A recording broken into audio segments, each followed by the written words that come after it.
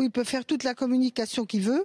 La réalité, c'est que c'est une ponction massive sur les salariés, les couches moyennes, en matière de pouvoir d'achat. Et que la réalité, c'est que cet argent va être utilisé pour des choses qui ne sont pas la priorité de la France. Je vous donne un exemple.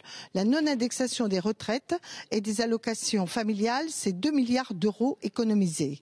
Et de l'autre côté, on va verser dès cette année 3 milliards d'euros à la grande distribution pour le crédit impôt compétitivité emploi.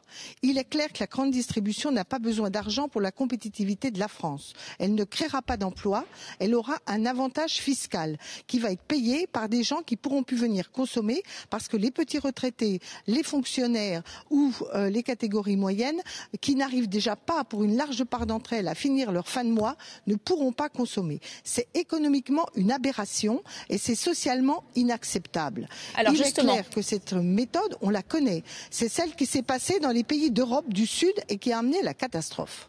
Alors justement, malgré tout, il faut faire 50 milliards d'économies au moins. Où est-ce que vous les feriez, vous, ces économies ? 50 milliards d'économies, je dis que la moitié du CICE, c'est pas moi qui le dis, la moitié des 20 milliards, le rapport Gallois disait qu'elle n'était pas utile au redressement industriel et de la compétitivité de la France. C'est les dogmes sur la baisse du coût du travail en Europe. Autant c'est vrai dans les secteurs à forte compétition internationale, les secteurs industriels, l'importation, les exportations, ça n'est pas vrai dans la moitié de l'économie nationale qui vit de la consommation intérieure. Donc déjà, réduisons de moitié et là, nous avons déjà gagné plus de 15 milliards d'euros.